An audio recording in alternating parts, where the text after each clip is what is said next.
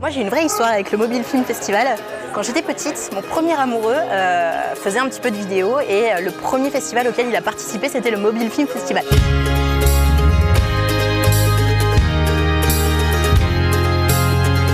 Il y avait beaucoup de films assez engagés, assez militants, avec un message politique et c'est ces films-là qui ont attiré notre attention. Je retiens aussi que c'est quand même un exploit, à mon avis, de faire un film d'1 minute.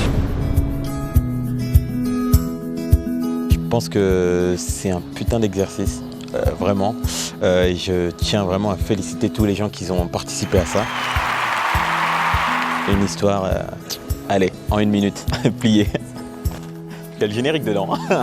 En fait, ce qui est compliqué dans 1 minute de film, c'est de donner une émotion à quelqu'un en 1 minute. Je sais juste que quand on a du talent, on a autant de talent en 1 minute qu'en 26 minutes, qu'en 52 minutes, qu'en 90 minutes, et plus c'est affinité.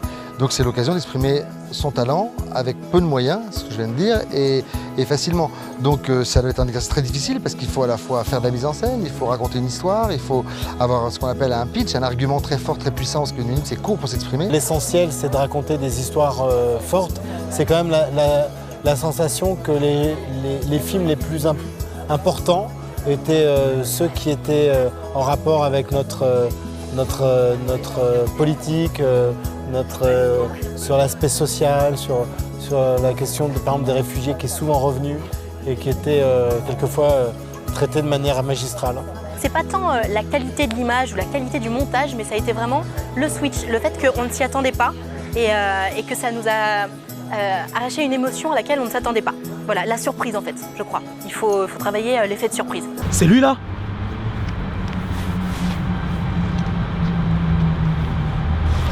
Alors écoute-moi bien frère, maintenant tu vas prouver que dans la famille on a des couilles. J'ai eu la chance en tant qu'agent de Gad Elmaleh d'accompagner Gad à la remise des prix il y a 2 ou 3 ans, je ne me souviens plus exactement, à l'Arlequin.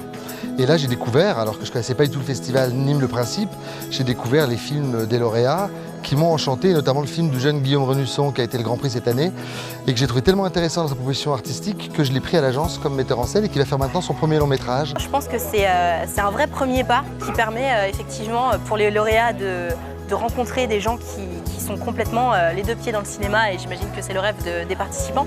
Je ne sais pas si ça va vraiment ouvrir des portes, mais en tout cas c'est un joli premier pas qui donne envie de voir la suite. En soi, ils vont se faire des contacts et puis nous on repère aussi en même temps. Voilà, moi j'ai besoin de cadreur et qui sait, peut-être que je fais j'ai bien aimé comment il a cadré ça.